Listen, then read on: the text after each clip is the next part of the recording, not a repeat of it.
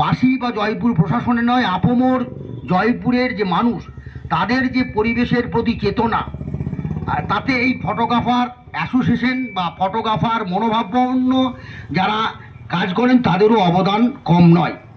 পাশাপাশি আমরা জয়পুর ব্লক এবং বনাঞ্চলের তরফ থেকে প্রচুর পরিমাণে প্রতি বছরই বৃক্ষ উপহার আমরা দিই, বৃক্ষ বিলি করি। এটা রেঞ্জার সাহেব করছেন ধারাবাহিকভাবে। আমরাও পাশাপাশি জয়পুর ব্লক এবং পঞ্চায়েত সমিতির উদ্যোগে এবছর আমরা প্রায় 30,000 গাছের চারা পশ্চিমবঙ্গ সরকারের হর্টিকালচার ডিপার্টমেন্ট থেকে পেয়েছি। আমরা ধাপে ধাপে ফলের চারা প্রায় নারকেল ছিল, আতা ছিল, বেদানা ছিল এবং আম ছিল, আরও আসবে বিভিন্ন ধরনের চারা। আমরা ইতিমধ্যে 12,000 বিলি করেছি, আরও 30,000-এর লক্ষ্যমাত্রা আছে এবং সরকার আমাদেরকে দিচ্ছে আমাদের কাজের জন্য, আমাদের ভালোবাসার জন্য, এই সব আপনাদের জন্য। এটা সবটাই অবদান জয়পুরবাসী। আমরা চাই শুধু উন্নয়নে জয়পুর থাকবে না, শুধু উন্নয়ন রাস্তাঘাট বা কোনো একটা বিল্ডিং হবে না। উন্নয়ন হবে মানবিক চেতনার মধ্য দিয়ে, পরিবেশ চেতনার মধ্য দিয়ে। জয়পুর ব্লকের এই ফটোগ্রাফি অ্যাসোসিয়েশন আজকের দিনে গাছের যে গুরুত্ব সেটাকে তুলে ধরে তাদের যে কর্মসূচি, এই মহতী কর্মসূচিতে আমিও ব্যক্তিগতভাবে সালাম জানাই। গাছ আমাদের জীবনে কতটা মূল্যবান সেটা আমরা সবাই কম বেশি জানি।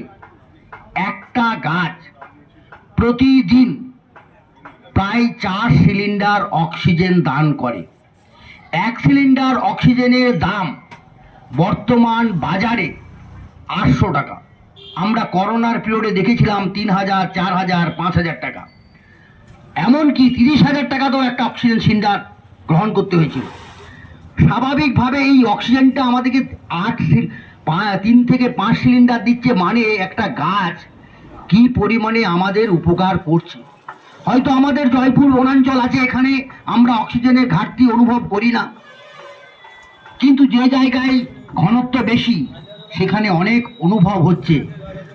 জলের যেমন প্যাকেট নিয়ে, পাউচ নিয়ে আমরা ঘুরি জল খাওয়ার জন্য, এমন দিন আসবে সেদিন আমাদেরকে অক্সিজেনের সিলিন্ডার নিয়ে ঘুরতে হবে, সেদিন বেশি নয়।